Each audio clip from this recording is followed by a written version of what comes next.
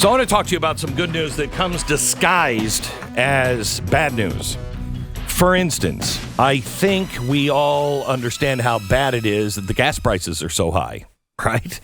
Do you know it hit $5 a gallon? And I'm telling you, this time next year, California, you're going to look at these days as the good old days. Remember when it was only $5 a gallon?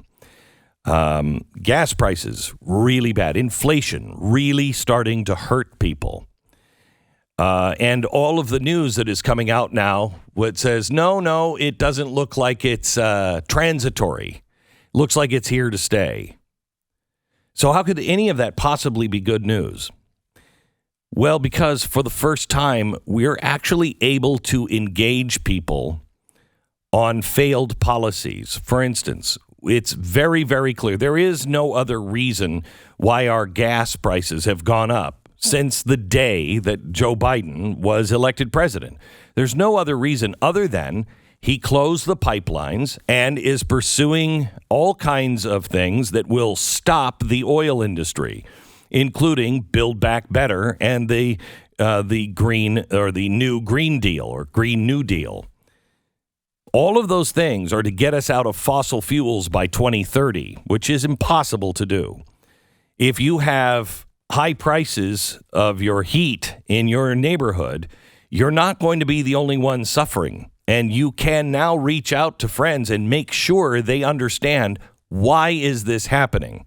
Because there's going to be somebody that is going to come and fill the void very soon. When these things happen, they're going to blame it on something.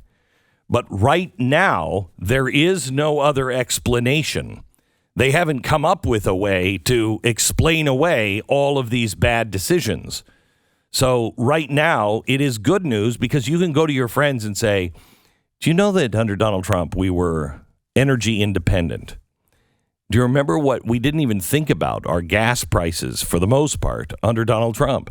Because we were energy independent. Now we are waiting for OPEC to do something. OPEC's not going to do something. They've picked China now over the United States. So they're not going to do anything to help us. They've never really been our friends. And do you want to be self-reliant, or do you want to be reliant on the sheiks in Saudi Arabia? How many wars have we gotten into because of Saudi Arabia and oil? Let's kill that baby right now. We can. Energy independent. We were before.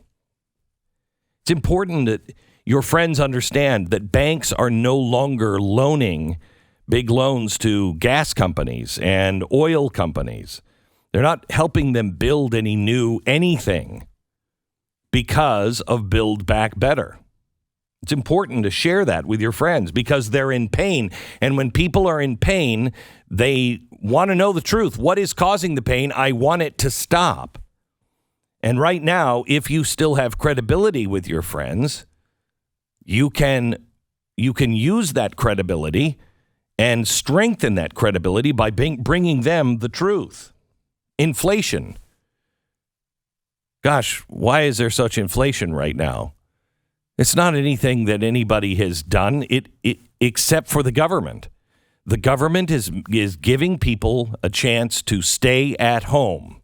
And so everybody's having to raise their prices. I mean, we have it on tape with Joe Biden say, you know what, you're having a hard time getting workers, then you should raise the price. You should raise the wages. Well, we have, and it's still not working because you're still paying them too much money to stay home. That's why we have inflation. That and the fact that everything is broken. And what is it that you are seeing this government work on? What are they doing?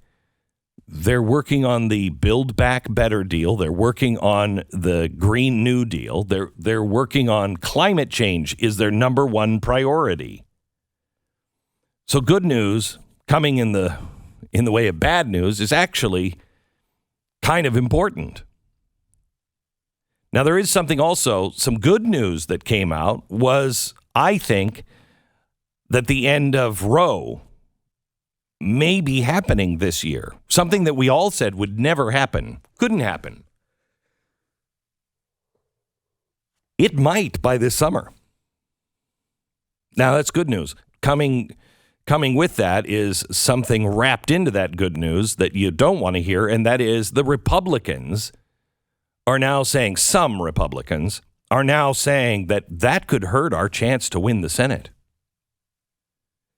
That could ruin our chance to win the Senate because people will be up in arms, and maybe we don't win the Senate. Maybe we don't even win the House. You know, this is a hill that I'm willing to die on, and I think a lot of Americans are. If it means we only got the reversal of Roe versus Wade, I'm good. I'm good with that. I'm good with that. I mean, it's weird that, you know, they always said, we'll get that done if you give us the House, the Senate, and the White House, and they never got it done until they don't have the House, they don't have the Senate, and they don't have the White House. That's kind of a weird thing, isn't it?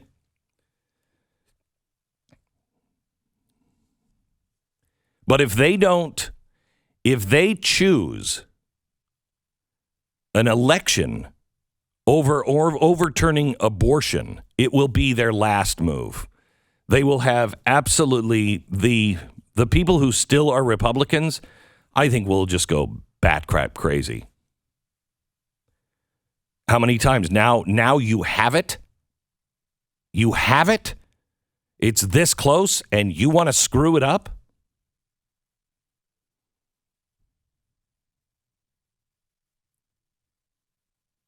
You know, we've been talking about national divorce. I hear this all the time, and I hate it. I hate it. We should secede. No, we shouldn't. No, we shouldn't. They should. We shouldn't. Those are our documents. I don't know about you, but I want to live by the Declaration of Independence, the Constitution, and the Bill of Rights. I want them, even though I know sometimes they'll cut against the things that I want. That's fine. I'm totally cool with that. I believe in the Bill of Rights. It's what makes us unique and what made us us. California doesn't want it? Fine. Others don't want it? Fine. But you secede, not us. Because we want the documents. But again, in bad news comes good news. California, Minneapolis, New York, they're imploding. They're imploding. Chicago is imploding. And it's sad to watch. If you look at California, it is the poster child for ineffective ideas. They defunded the police. Crime rose. They elected progressive AGs and progressive prosecutors, and criminals are let back out of the street, and crime rises again. They lock people down, and COVID-19 remains. Florida, on the other hand, seems to be doing really well. They tax the rich, and the businesses move out. All of the things that we have always said will fail are failing right now. It means that scientific proof exists today that when we are talking about raise taxes and watch what happens. Do you see that Goldman Sachs just yesterday, day before, said to New York, don't take your status for granted. You raise taxes anymore, and we're gone. So is Wall Street.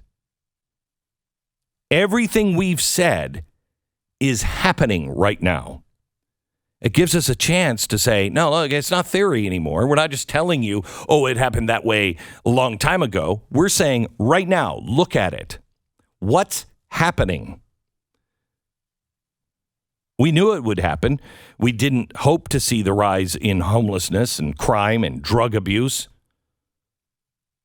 I wish we hadn't seen one of the most beautiful states in our nation destroyed. I wish we hadn't been right. And as much as I've always said California should just break off and sink into the Pacific, I've been kidding. I love California. And not all hope is lost for California or other states. We're just approaching things, I think, sometimes with a negative because we've been beaten down so long, been told we don't matter, nobody's going to listen to us. But that's not true. Those are lies. When Martin Luther King gave his I Have a Dream speech, he laid out his vision for the states most unsympathetic to his cause. He knew the ones that would not be sympathetic, Georgia, Mississippi, Alabama. He was speaking about those states. He said he had a dream that his sons of former slaves and the sons of former slave owners would sit down at a table as brothers in the red hills of Georgia.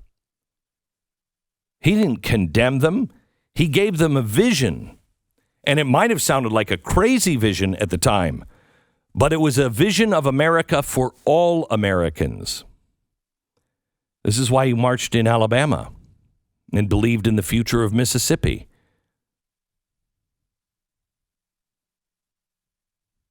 Because he believed that the promise of America was more powerful than the cruelest lapses in its people's judgment. He believed that the states most guilty of racism could make a new future in accordance with the American promise of the past. Before all of America believed in him, he believed in all of us.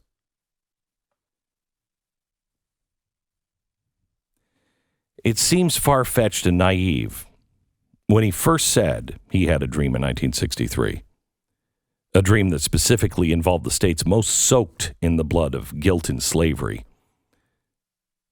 But we look back on it now, this man was enlightened. This man was wise. The world doesn't usually reward the pessimist. It's the visionary that makes all of the difference. Are we pessimists or are we visionary? We don't look back on the people who said space travel was foolhardy, or the realist who thought we'd never beat England. The left lives in a dream world, but the right needs, we could stand to dream a little bit more. It's funny because we do in our own lives. We dream for a better future for our own lives or a better way to do business, and we do it. But we don't often spout those lofty dreams. We're the party of facts and warranted apprehension. We pride ourselves in being planted in reality. But it has in some ways made us pessimistic. We can't be the people that believe the worst in each other. They already do that. When something good happens, we can't say, I'm waiting for the other shoe to drop. Pessimism is not wisdom. Hopelessness is not more realistic than hope. If that were true, Martin Luther King would have been a fool then, and he'd be a fool today. I argue that hope is more clever than defeat, that the faith in things unseen is the only way to bring those unseen things to reality. Martin Luther King could have stood before the Lincoln Memorial and given a eulogy for the American dream that had died, because in many ways it had. I can make a case that it died in 1820. He could have laid out an evacuation plan. He could have said we should secede. He could have bemoaned the forces intent on the failure of his movement. He could have told the former slave states that they were irredeemably soaked in sin. But he didn't. He laid out a great dream for Georgia and Mississippi and Alabama. He laid out an expression of hope despite the odds.